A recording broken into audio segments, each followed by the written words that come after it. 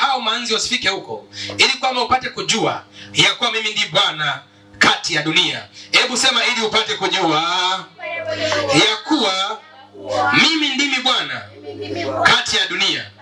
Mungu atafanya ili watu wapate kujua kwamba Mungu yuko tayari kukusaidia wewe, kwamba Mungu wako ni Mungu mkubwa sana, kwamba Mungu wa familia yako ni Mungu mkubwa sana, kwamba Mungu wa taifa yako ni Mungu mkubwa sana. Mungu anafanya kwa sababu hiyo. Hebu sema amen. Na usimame hapo ulipo. Ulikuwa unabii huo. Mwenye akili na afahamu.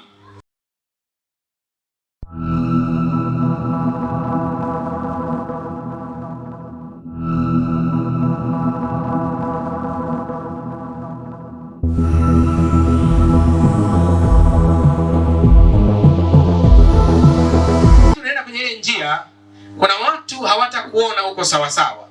Kuna watu wanakukatisha tamaa na kuvunja moyo. Kuna watu wataona umepotea mahali. Lakini wewe songa mbele. Mwambie mwenzako songa mbele. Mwambie mwenzako songa mbele. Vizuri. Na tumaini YouTube tuko sawa, lakini kwa Facebook unaona kama kuna changamoto ya mtandao. Na sijui ni kwa nini. Mungu atupe neema. Yes. Mungu atupe neema. Kabla hujakaa, nataka leo tuna mtumishi wa Mungu ametembelea mahali hapa. Ni mtu wa Mungu mkuu sana. Ni kaka yangu, na kwa muda mchache nitamani atusalimie na atamke neno la baraka juu yako. Nimekuwa naye Kigamboni wakati anafanya huduma Serengeti, yeye akiwa yuko kama anahitaji pale kisiwani, akiwa kisiwani, na leo amefika kusalimia. Akasema nimefika niwasalimie, niwatie moyo mahala hapa ambako mnaanza kazi ya injili. Akasema najua kazi ya Mungu ni ngumu, ina changamoto nyingi, lakini nayo niwatie moyo niwasalimie. Kwa hiyo ametoka Kigamboni, amekuja kusalimia na nimkaribishe. Ni kaka yangu, tumekuwa kwenye mambo mengi sana tangu tutoka Kigamboni, na akasema lazima nikuone. Wakati ameenda kuanza huduma nyingine Dodoma pia. Morogoro, ameanza Morogoro kule, na Mungu anamtumia kwa namna ya viwango vya juu sana. Karibu apostle. Naweza kusema mpigie Bwana Yesu makofi kwa ajili yake. Haleluya, haleluya, haleluya. Amen. Bwana Yesu asifiwe sana. Amen. Ninakusalimu katika jina la Yesu lipitalo majina yote, jina lenye mamlaka na nguvu. Amen. Nimefurahi sana kwa ajili ya ujio mahali hapa, jinsi ambavyo nimekuja kwa ajili ya mtumishi wa Mungu Prophet Gwayemba. Ni rafiki yangu, ni mdogo wangu ambaye tumefanya naye kazi kubwa sana pale Kigamboni.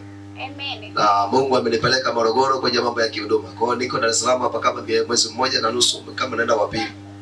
Kwa Mungu amenileta tena Dar es Salaam kwa muda mfupi, lakini nitarudi Morogoro. Lakini kabla sijarudi Morogoro, nimesema nimtembelee rafiki yangu, mdogo wangu Prophet Gwayemba. Nije pia niwatie moyo. Kazi ya Mungu ni ngumu. Tunajua ya kwamba tunapita katika wakati mgumu kama watumishi wa Mungu. Lakini napenda nikutie moyo mtumishi wa Mungu. Usivunjike moyo, usikate tamaa. Haijalishi ya kwamba hata kama watu ni wachache, wale namna ya mwitikio bado ni mdogo. Hata Yesu pia alitembea katika maeneo hayo, lakini ikafika wakati wengine walimuelewa, lakini wengine hawakumuelewa. Cha msingi zaidi, hata wewe mahali tulipo, hata kwa uchache tulionao, Mungu anaangalia mtu mmoja kwenye ibada ambaye yuko tayari kujiunganisha naye. Aliyo tayari kwa ajili ya kupokea ujumbe wake. Aliye tayari kwa ajili ya kukombolewa. Aliye tayari kwa ajili ya kuinuliwa. Mungu anahitaji mtu mmoja kwenye ibada. Hahitaji kundi la watu hata kama wako maelfu ya watu. Lakini ndani ya ibada moja Mungu amekusudia mtu mmoja kwa ajili ya kanisa. Amen. Haleluya. Amen. Naitwa mtumishi wa Mungu Mtume Sebastian. Ninatokea Morogoro. Mungu wa mbinguni awabariki sana. Amen. Barikiwe sana. Haleluya. Mpigie Bwana Yesu makofi makubwa kwa ajili yake. Amen, amen, amen, amen, amen, amen. Vizuri, vizuri. Naomba tuangalia kwa YouTube na wewe tutazama kwa njia ya mtandaoni, kokote kule uliko. Neema ya Mungu iko na sisi na kibali chake kipo zaidi. Amen. Na kwa muda mchache tukimbie, sababu muda wetu umeenda sana. Tukimbie kwa eneo la uzima. Unaandika somo langu, andika kutoka utumwani. Andika kutoka utumwani. Asante Yesu. Andika kutoka utumwani. Na tutakimbia kwa mbio sana, na hautabakia kama ulivyo. Amen. Tumekuwa na wiki ya ushindi sana. Nilipokea shuhuda mbalimbali wiki hii katika huduma ambayo tunazifanya mtandaoni na sehemu nyingine. Lakini pia za kuonana na mtu mmoja mmoja ofisini, nimekuwa nafanya hivyo. Na Mungu amekuwa anagusa watu wa namna tofauti kama ilivyokuwa utamaduni wake. Mungu amekuwa anatenda kupitia unabii na sauti yake. Nilipata shuhuda wiki hii ya mama mmoja ambaye alikuwa yuko Arusha, kacho nimeenda kwa na ziara. Na kule alikuwa ana uvimbe kwenye kizazi na wamesema hawezi kuzaa tena kabisa. Kwa nini huwa tunapenda kuzungumza shuhuda za Mungu? Tunapozungumza shuhuda za Mungu zinatusaidia au zinatukumbusha tuna Mungu aina gani. Lakini namba 2, shuhuda zinampa Mungu utukufu. Ukisoma Ufunuo 12:11 inasema nao wakamshinda kwa damu ya mwana kondoo na kwa neno la ushuhuda wao, ambao hawakupenda maisha yao hata kufa. Maana yake ushuhuda una ushindi wa kuonesha mahala Mungu yuko na kwamba Mungu yuko katikati ya watu wake. Hebu sema amen. Amen. Hebu sema tena amen. Amen. Vizuri, vizuri.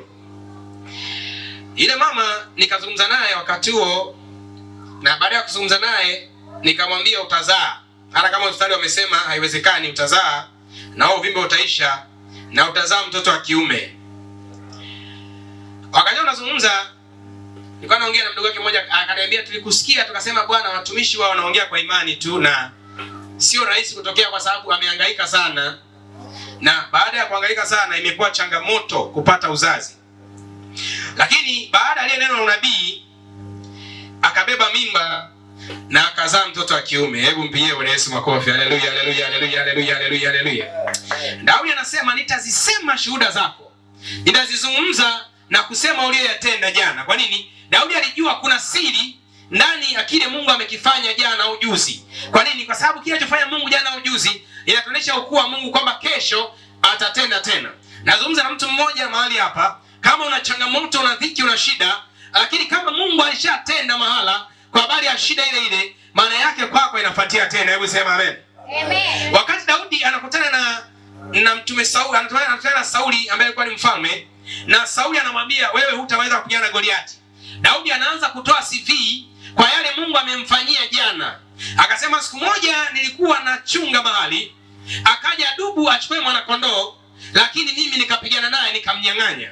Anasema wakati mwingine tena akanijia simba vile vile, niko kwenye kuchunga kondoo baba yangu, na mimi huwa sitaki kondoo wangu achukuliwe namna hiyo hiyo, nikapigana na yule simba nikamnyang'anya kinywani mwake kondoo. Akasema hata hivyo hivyo siku ya leo yule Goliati ambaye anafanya vita na kutana na wana wa Israeli, hivyo hivyo leo Bwana atamshughulikia. Hebu sema amen, amen, amen, amen, amen. Kwa hiyo Mungu anatenda. Tumekuwa na shuhuda nyingi sana. Tumekuwa na shuhuda nyingi sana. Amen. Haleluya, haleluya. Amen. Vizuri, vizuri. Vizuri, vizuri. Katikati ya wiki pia alikuwa na mama mmoja alikuja anasema yasikii vizuri, lakini sasa hizi anaendelea vema. Amen, amen. Amen. Sasa anaendelea vema, lakini hajafanikiwa kufika, anakuja atoe shuhuda. Tangu miaka ya nyuma mingi, karibia 2016, alikuwa na changamoto hiyo. Kwa hiyo imeanza kupungua, anasikia utofauti. Kwa hiyo tuna matumaini, tunasubiria shuhuda. Hebu mwambie wenzako subiria shuhuda. Mwambie subiria shuhuda.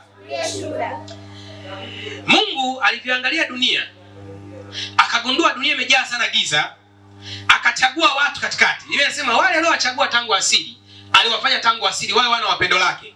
Maana yake katikati ya uzao wa wanadamu ambao ni uzao wa nyoka tunaotembea leo, katikati ya ulimwengu uliochanganyikiwa, maandiko yanasema nao ulimwengu umekuwa kama machela unawayawaya. Maana yake direction ya dunia imekosekana. Na Mungu anatamani kuipa dunia direction tena. Anatamani urejesho wale watu ambao wamekosa matumaini, wapate matumaini na kumrudia Mungu tena. Wakati dunia imechanganyikiwa, imevurugika, Mungu anaanza kuamsha wanajeshi wake, anaamsha watumishi wake, anaamsha mitume, anaamsha manabii, anaamsha watendakazi, anaamsha waumini ambao watamwamini Yesu. Na wewe ni mmoja wapo. Hebu sema amen, amen, amen, amen, amen, amen, amen. Tena kwenye somo letu kwa sababu ya muda. Mimi nampenda Yesu. Ingekuwa hata hakuna kwenda mbinguni ningefurahia. Kwa sababu tunayo jeuri. Una jeuri ya kwamba hulogwi na mchawi. Mimi nikikutana nao wachawi wa huko wananikazia uso na sura, wanachukia, lakini cha kufanya hawana. Kwa sababu Mungu amelikusudia ile eneo na lazima atende makusudi yake. Na atakaingia kwenye njia lazima apotee. Kwa sababu Mungu yuko namna hiyo. Mungu makusudi yake akiyasimamisha, huwa hayazuiwi na mwanadamu yeyote, hayazuiwi na mtu yeyote, hayazuiwi na mwanasiasa yeyote, hayazuiwi na mtumishi yeyote, hayazuiwi na mtu wa kawaida yeyote, hayazuiwi na mganga yeyote. Mungu akiachia makusudi yake lazima yatimie na kutokea. Hebu mpigie Bwana Yesu makofi. Haleluya, haleluya, haleluya, haleluya. Amen. Vizuri. Twende kwenye Zaburi. Somo langu kutoka utumwani. Zaburi 126:1. 126:1. Zaburi 126:1. Karita paluvra akapaya tesas. 126:1. Mekabra duveli ebra ikatovas. Inasema, Bwana alipowarejesha mateka wa Sayuni, tulikuwa kama waotao ndoto. Bwana alipowarejeza mateka wa Sayuni, tulikuwa kama waotao ndoto. Mstari wa 2. Ndipo kinywa chetu kilipojaa kicheko na ulimi wetu kelele za furaha. Ndipo aliposema katika mataifa, Bwana amewatendea mambo makuu. Nisikie. Huyu ni Daudi anazungumza kwenye Zaburi. Na anazungumzia habari ya Sayuni kurejeshwa. Maana yake Sayuni iliwahi kusambaratika. Sasa tunapozungumza leo tunasema sisi ni Wakristo, maana yake ni wafuasi wanaomfuata Yesu Kristo. Kama sisi ni wafuasi wanaomfuata Yesu Kristo leo, maana yake chanzo cha Ukristo ni Israeli, mahala ambako ni chimbuko sasa la Ukristo. Kama ambavyo chimbuko la dini la Kiislamu ni Uarabuni, vile vile sisi chimbuko letu ni Israeli. Nataka nilete taratibu nielewe. Na kama chimbuko letu sisi ni Israeli, maana yake Mungu alitafuta mahala pa kutua ili aweze kuigusa dunia yote. Ukisoma vitabu vya Mika viliandikwa tangu mwanzo, naye Bwana atakuja, naye atashuka katika mlima ulio juu sana. Maana yake manabii wale kutabiri nyuma kwamba kuna siku na kuna nyakati na majira ambako Mungu mwenyewe aliziumba mbingu na nchi atakuja kuikanyaga dunia. Sasa wakati huo watu ambao wanasoma maandiko na wafuasi wa maandiko wakawa wanajiuliza ni wakati gani Mungu atakuja. Lakini kwa wakati wa utamaduni wa Israeli nyakati hizo, vitabu vya manabii vilianza kuandika kwa habari ya Masihi ajaye. Na waliambiwa kuna mtu anaitwa Masihi atakuja. Nataka tuende taratibu nielewe. Amen. Walifundishwa kwa habari ya Masihi, kuna Masihi atakayekuja na yeye atakuwa mkombozi wa dunia. Kwa hiyo wakawa wanasubiria Masihi aje ambaye ni mkombozi wa dunia. Na wakati huyu Masihi anatakiwa kuja, watu wengi, Mafarisayo na Masadukayo na watu wa dini wa wakati ule walitarajia huyu Masihi atakuja kwenye namna ya juu sana ili watu wajue tayari amekuja. Nataka unielewe vizuri. Watu wengi waliamini kwa sababu imeandikwa atakuja mfalme. Waliamini huyu mfalme atazaliwa familia ya kifalme, ama ni kwa Herode au mahala fulani. Waliamini namna hiyo. Nataka unielewe vizuri. Lakini Mungu kwa sababu yeye hutumia vinyonge ili kuaibisha vyenye nguvu, hutumia vinyonge kuaibisha vyenye nguvu. Akazaliwa mahala ambako ni pachini sana, mahala pa unyonge. Wakati watu wanasema, je, jambo jema laweza kuanzia Nazareti? Je, jambo jema laweza kuanzia Nazareti?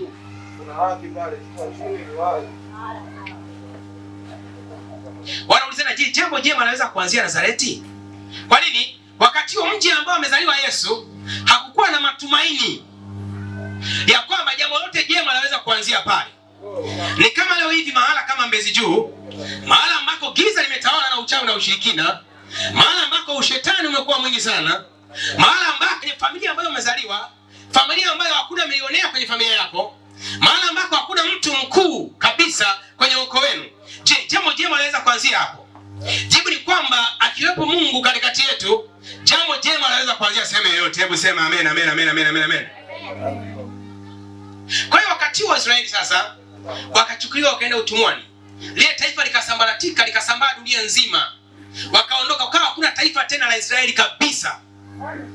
Na sisi nataka unifuatishe unielewe. Mungu akubariki sana. Lile taifa kukawa hakuna taifa tena. Wakasambaa kila mahala na matumaini yao yakawa hayapo, taifa limeondoka. Lakini baadaye wakaanza kujikusanya mmoja baada ya mwingine kwenye namna ambayo sio ya kawaida. Wakaanza kurudi na kununua tena ardhi mahala pale, mmoja baada ya mwingine. Ndio maana Daudi akaandika akasema, Bwana alipoirejesha Sayuni tulikuwa kama waotao ndoto. Nisikilize leo, tunamtumikia Mungu ambaye anaweza kubadili mambo yasiyowezekana yakawezekana. Tunamtumikia Mungu ambaye anaweza kufanya jambo mahala ambako pamesahaulika. Katika nchi ambayo imekuwa na dhiki sana na tabu na uchawi na ushirikina, mahala ambako mateso yamekamata na uchawi umekabili, yule Mungu anaweza kuingia na kuleta maajabu. Hebu sema amen, amen, amen, amen, amen. Rako parika pasukulubu sata bahata. Nimekutana na watu ambao hawana matumaini kabisa. Watu ambao uchawi umewafunga mpaka mwisho. Wakati huo nikakutana na mama mmoja alikuwa amekamata roho ulevi, tulikuwa Kigamboni. Akasema biashara zimefungwa, natamani niondoke nirudi nyumbani. Kwa sababu nilisoma maandiko, ninamjua Mungu anaweza kuirejesha Sayuni. Nikaamini kwamba Mungu anaweza kufanya urejesho kwenye kila hali ya mtu. Yule mtu ambaye umeteswa na uchawi na ushirikina na uganga, umeteswa na giza, Mungu anaweza kufanya urejesho kwenye maisha yako. Unamhitaji Yesu aingie tu, mabadiliko yatokee. Hebu sema amen. Amen. Hebu sema tena amen. Amen. Vizuri. Nataka tujifunze kwanza. Leka braduva akatas. Sayuni wakarejea mtu mmoja baada ya mwingine, baadaye ikawa taifa. Na acha nikwambie, Israeli ni taifa dogo sana kuliko hata mkoa wa Kigoma. Ukisikia hizi habari zote mtandaoni, ni taifa dogo. Lakini sio rahisi kulishinda na kulifuta. Kwa nini? Kuna ahadi ya Mungu iko juu yao. Wakati nazungumza hivi, sisemi kila wanachokifanya ni kizuri, hapana. Sio kila wanachokifanya ni kizuri. Na hata ukienda kule, Wakristo ni wachache kuliko hata watu wengine. Kuna dini kule ya Kiyahudi ndio imetamba sana. Unaelewa vizuri? Lakini tu kwa sababu ni taifa ambalo Mungu alilibariki na kulianzia, maandiko yanasema atakayewabariki atabarikiwa. Nisikilize. Mtu anayemfuata Mungu, anayemtafuta Mungu, wale kuwa na Mungu, haijalishi kuna nini. Ndio sababu sasa ya Yesu kuja. Na kufundisha jambo. Iko hivi. Wewe ambaye uko kanisani, unakuja kanisani kwa sababu Mungu anataka akutengeneze au akufanye. Sisi wote we are work in progress. Ni vyombo ambavyo vinatengenezwa kila siku kwa ajili ya kesho ya Mungu ambaye anaitaka. Sasa Yesu ambacho anakihitaji sio aje mtu aliye kamili, hapana. Yesu anataka aje mtu aliye tayari. Hujanielewa vizuri. Narudia tena. Yesu anatafuta watu walio tayari, sio walio kamili. Shida ya watu wengi, Yesu anasamehe ila wao waga hawasamehi. Watu wengi wanatafuta dosari kwa watu ili waseme.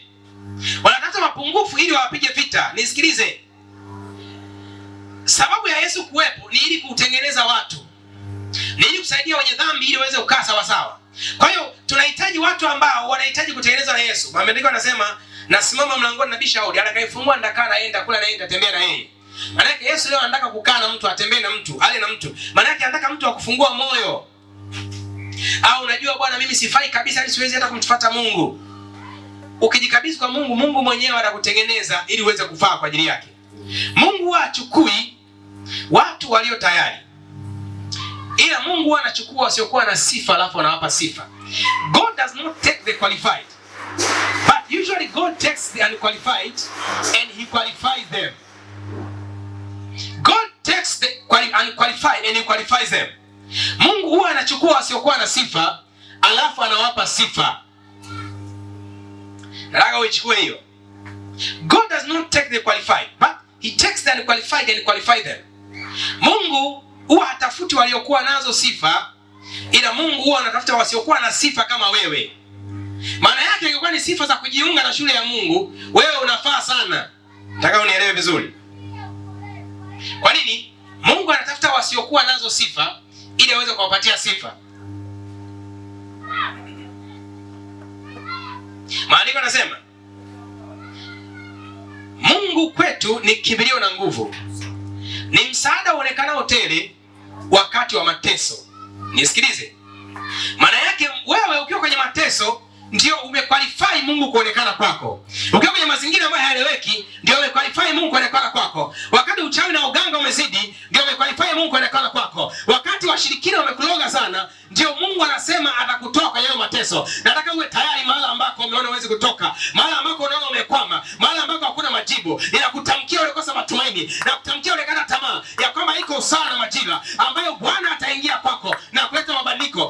majira ambayo unaona haieleweki. Maandiko yanasema Bwana alipookoa Sayuni tulikuwa kama watao ndoto. Acha nikwambie, itakuwa kama ndoto kwenye maisha yako. Wakati biashara imekwama, naye Mungu akiingia utaona mabadiliko yanatokea. Wakati maisha yamekwama, Mungu akiingia mabadiliko yanatokea. Wakati huduma imekwama, Mungu akiingia tena mabadiliko yanatokea. Wakati afya yako imekwama, Mungu ataingia. Amen. Anakutana mama mmoja Kigamboni. Akaja kuniona kama wawili kwa siri. Wakati anaona watu akaniona kama wawili kwa siri. Akasema bwana, mimi na HIV. Kila mmoja kwa wakati wake. Kila mmoja nikampa maelekezo, akamwambia sikiliza. Muamini Mungu, wewe zidi kuja kwenye ibada kila siku, tutaona matokeo. Wakati hata mimi sijawahi kumwambia mtu HIV akapona, sijawahi. Lakini kwa sababu nasoma maandiko, Luka 1 anasema hakuna lisiwezekana kwa Mungu. Nisikilize. Hakuna ambalo Mungu anashindwa. Taingia naenda kuonesha kitu. Halipo. Ni swala la muda. Nisikilize. Wewe ambaye unamwamini Yesu, ni swala la muda. Mwambie mwenzako ni swala la muda. Mwambie ni swala la muda tu. Swala la muda tu, utaona neema. Tunaangalia kipindi cha Farao. Wakati wa Farao, watu hawa wamewekwa utumwani. Na Mungu anamtuma Musa, anasema kawatoe hawa wana wa Israeli wako utumwani, kawatoe. Twende kwenye Kutoka 8. Kutoka 8.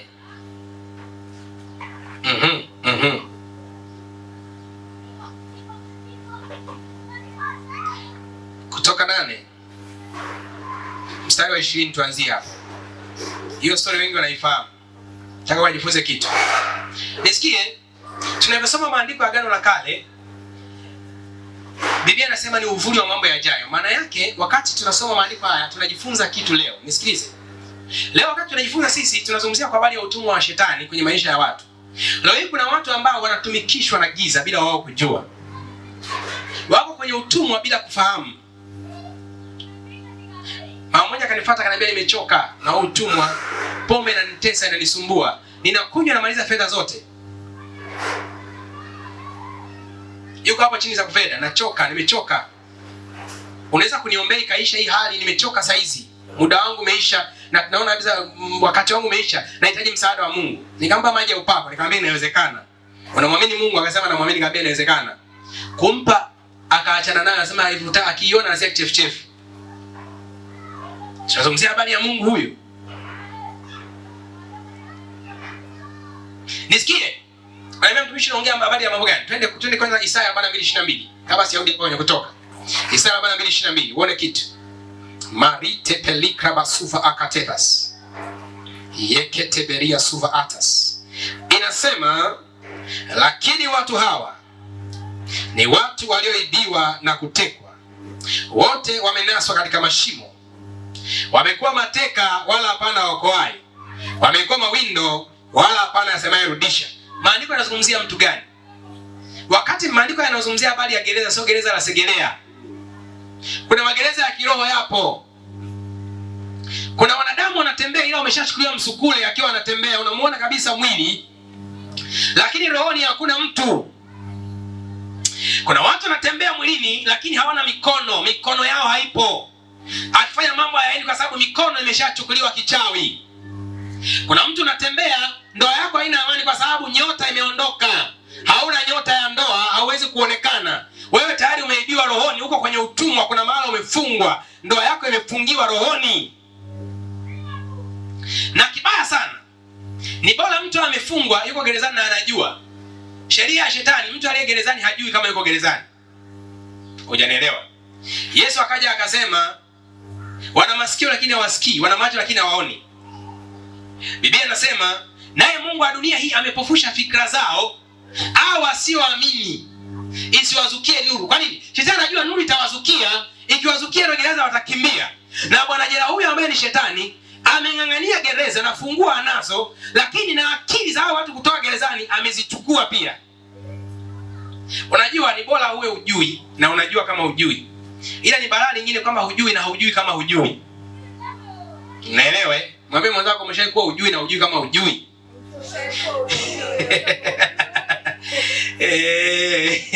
Hujui na bora ungejua ujui ili utafute elimu ya kujua. ila shetani alivyokuwa mbaya, hayawani, nyoka wa zamani Ibilisi, amefunga watu akili, wanakimbizana na dunia, wanafikiri fedha ndio ya muhimu sana kuliko roho zao. Maandiko yakasema, je, itakufaidia nini kupata ulimwengu wote ukapoteza roho yako? Na wengine kabisa wameshasikia kwamba baada ya kufa ni hukumu, ila akili yake bado haikubali, imepigwa loki pale. Huyu bwana jela ambaye ni shetani ametia kufuli la chuma, kufuli la kiroho ambayo akili haitambui. Akili inabaki inawaza kwamba unajua, ili mimi kufanikiwa nahitaji fedha. Nisikilize, hii pesa ambayo unashika ni makaratasi tu. Fedha ambayo unatembea nayo ni makaratasi ya kawaida tu ambayo yamekuwa printed na yametengenezwa kama medium of exchange. Nisikilize, fedha ni medium of exchange. Miaka ya nyuma ya zamani ilikuwa watu wanafanya barter trade, wanabadilishana unga. Unampa mtu unga, anakupa mchele. Unampa mtu mbuzi, na yeye anakupa chumvi. Unaelewa? Na maisha yako yanaenda vizuri tu. Kwa hiyo nikwambie ukweli, maisha yanaendaga bila hata hela. Hujanielewa vizuri. Hapo sasa huwezi kunielewa. Kuna mtu ukimwambia habari za hela akili inakataa. Akaambia mtumishi, sasa hapo umekosea, hela ndio kila kitu. Nisikilize, muda ambao ukitolewa nje ya mwili wako kwa dakika iko chini, haihitaji barabara ya usumbufu. Gari ambayo kwenye mabonde ukipita hausikia hata tuta, anaweza kukupa, lakini usalama wa kutoka Mbezi Juu hapa au serikali ya mtaa kufika bondeni anao Mungu. Amen. Kwa hiyo mwambie mtu aache kiburi. Na wewe unataka kuacha kiburi hicho. Yaani wewe ni kama biskuti na monyoka muda wote. Unajua mimi ni mrembo. Kulikuwa kuna warembo huko nyuma, hujaona warembo. Maandiko yanasema Sara alikuwa mzuri wa sura. Maandiko yamekuwa specific kwa Sara kwamba huyu alikuwa ni mzuri, sio mzuri tu wa umbo, sura. Walikuwa wakina Esther. Unajua bado kijana, mimi bado kijana, umetiwa loki, umelogwa, unazalia nyumbani, uendi kokote. Umetiwa gereza ambalo huoni na hujui kama uko gerezani. Na watu kama hao nje akiamka asubuhi ni kusema watumishi wa Mungu, mimi Mwamposa simuamini. Sasa wewe nani kama mpaka umwamini Mwamposa ndio kusaidie? Eti mpaka mimi sitaki uniamini. Nataka umwamini Mungu, muamini Yesu akusaidie. Mimi probably simuamini, haikuhusu. Kuna watu wanaoniamini, ndio maana nitakuweko, taendelea kuweko. Kwa sababu kuna watu wananiamini na kuna watu ambao wametendewa na Bwana kupitia mimi. Na niongea habari ya mambo ya nchi, na hata Ikulu inatambua kuna mtu yupo ambaye nabii wa Bwana ambaye anasema mambo yanatukia na kuwa, mambo yanatokea na yanafanyika. Acha nikwambie sana, majira yanakuja ambayo ule uchawi na uganga na ushirikina lazima kwa chini Yesu kainawe chini. Kwa chini Yesu. Amen. Yeye anasema makofi makubwa, haleluya haleluya. Nani anataka uamini? Nani anatafuta kuaminiwa? Nani aaminiwe? Mimi. Uniamini nikusaidie nini? I'm not that important to you. Mimi sio muhimu sana kwako kama Yesu alivyokuwa muhimu. Nisikilize. Tukienda kwa kina mama mdogo, wanakuambia habari ya adhabu ya kabri. Adhabu ya kabri, anakuja malaika pale anakupiga nyundo, unashuka ardhi ya 7. Basi usinisikilize mimi, sikiliza. Kama baada ya kufa, unanielewa? Baada ya kufa kuna hukumu. Na ile hukumu hauendi na nyumba yako, watabakia watoto wanagombania ya nyumba. By the way, hata kujenga nyumba 3 utalia chuma kimoja, na hata uweze kuinua mguu katokea chuma kingine, huna hiyo nguvu ya kuinua. Listen, wakati ukienda maisha vizuri na ukapata ule ufahamu wa kiroho, itakunyenyekeza ujitambue uweje kwenye maisha ya leo. Ikutambue uweje kwenye maisha ya leo. Nisikilize. Hatukuhubiri habari ya Yesu kwa sababu ya fedha. Hatuna shida na fedha, tushabarikiwa. Wengine tushabarikiwa, tuko kwenye contracts za madini, tunasubiri mgao. Muda. It's just a matter of time. Tunakwambia habari ya Yesu kwa ajili yako wewe na neema ya Mungu ikufuate. Tunataka kuikomboa nafsi yako wewe utoke utumwani ambako huko. Biblia inasema kwenye Hesabu 2:22, lakini watu hawa ni watu walioibiwa na kutekwa. Wote wamenaswa katika mashimo. Wamekuwa mateka hapana ondoaye. Wamekuwa mawindo. Kuna watu ni mawindo. Kuna watu wanawindwa kama nyama na wachawi. Kuna mtu ameandaliwa mwaka huu aondoke akawe kafara. Jana nikawa naongea na mama mmoja yuko Canada. Akaniambia, mtumishi, naomba utuombee tunapata kwenye familia yetu. Nikamwambia pattern ikoje? Maana ya pattern inaitwa mchoro. Kuna mchoro wa giza. Wachana kaka wachora wakakucholea mchoro wa giza. Mchoro unakuwa hivi, wewe unatakiwa ufe kwa ajali. Wewe hata ukivuka barabara kwenye zebra, unanielewa vizuri? Hata uruke kwenye zebra ukimbie, hiyo ajali inakutafuta ulipo. Akaniambia, mwanangu alikuwa basketi kakosa na ajali. Binamu yake amekufa kwa ajali. Tukirudi mbona ni ajali? Ni kama tutasema ni bahati mbaya kweli, lakini mbona ni ajali kila wakati? Mbona ni ajali? Mimi mwenyewe nikiendesha gari nimekosa ajali. Nikamwambia kuna mchoro umecholewa wa giza kwamba familia hiyo inaondoka kwa ajali. Hujanielewa vizuri. Mama mmoja anaitwa Mama Kennedy askari magereza huko Kigoma, Baonge Beach. Mama yule alikuwa na ndugu zake na kaka zake wawili, dada yake mmoja, wamekufa kwa pressure na kisukari. Ile pressure na kisukari ni pressure na kisukari ya kulisi ukoo, ni inatembea ukoo mpaka ukoo. Maana yake ukoo uko kwenye gereza la tabia moja.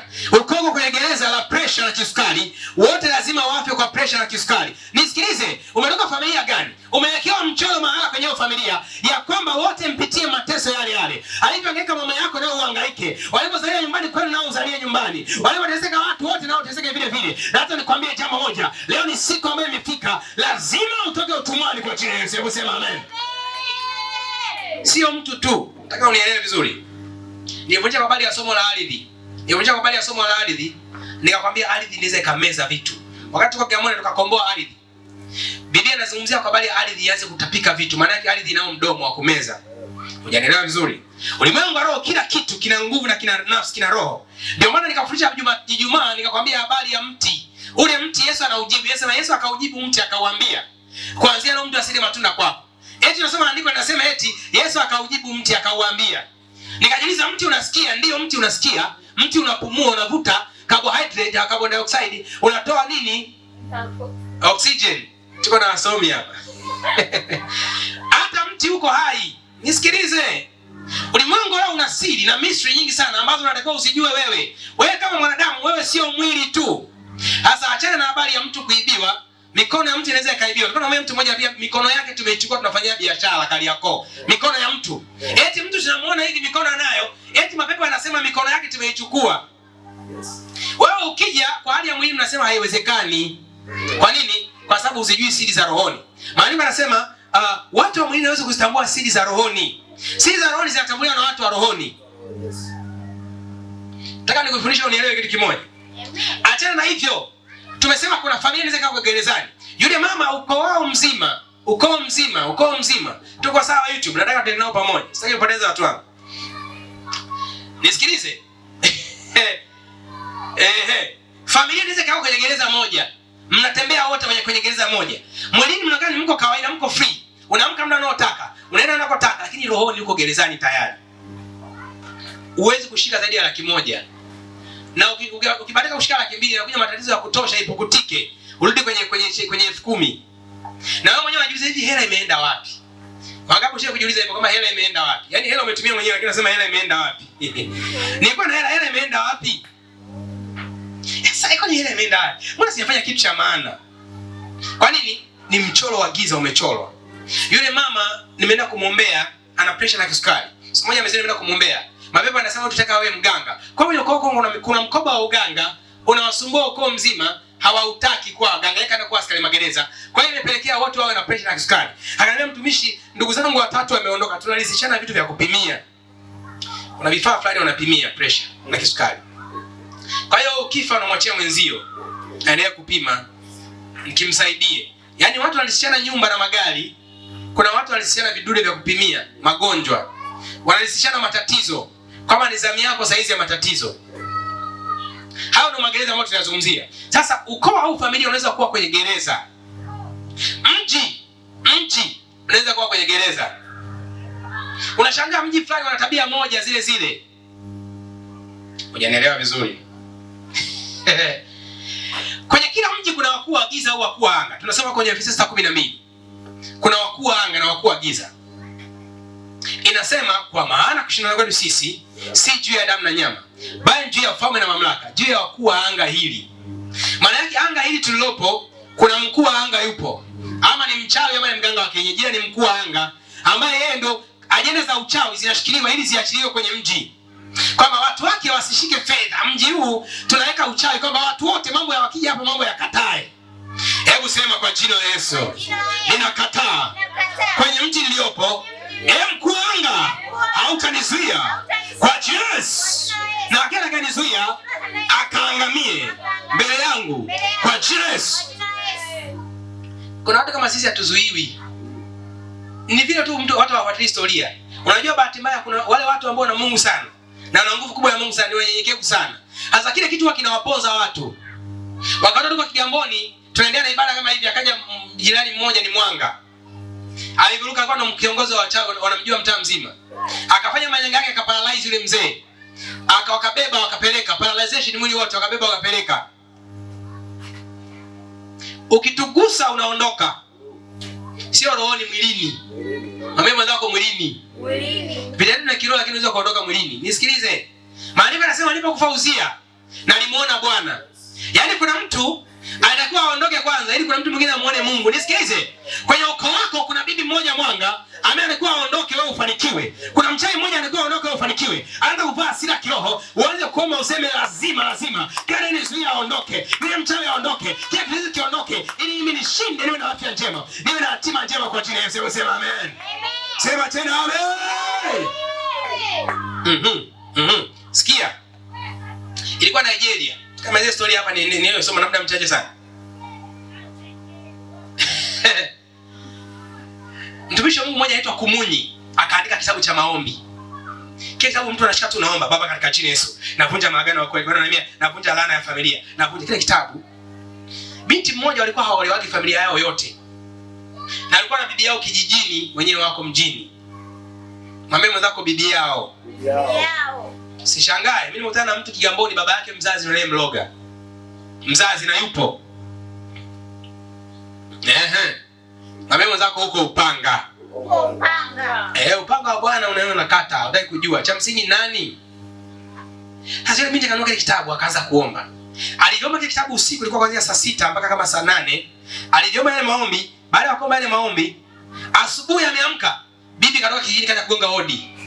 Akaambia mjukuu wangu, kwa nini umeanza kuomba ya maombi mapya? Wewe unaomba yale maombi ya zamani. Kwa nini unaanza kuomba ya maombi mapya? Omba yale maombi ya zamani. Mimi nikashangaa bibi amejuaje mimi nimeanza kuomba maombi mengine? Zamani kwa maombi ya lashalasha ya kulia na kulalamika. Unajua Wakristo wengi wana maombi ya kulalamika, Mungu umeniacha. Unajua Mungu mimi yani ndakufa. Mimi maombi haya hayana nguvu. Nisikilize. Kuna maombi ukiyaomba kwanza unaanza na gia na gia ya mwisho. Imeandikwa. Hakuna nguvu kusema kwenye andiko kwenye kuomba kama imeandikwa. Imeandikwa. Kwenye Luka 10:19. Nimepewa amri ya kukanyaga. Ninaanza kukanyaga ule uchawi. Na kanyaga uganga. Na kanyaga. Utaanza kushangaa watu wanainuka hata mwilini.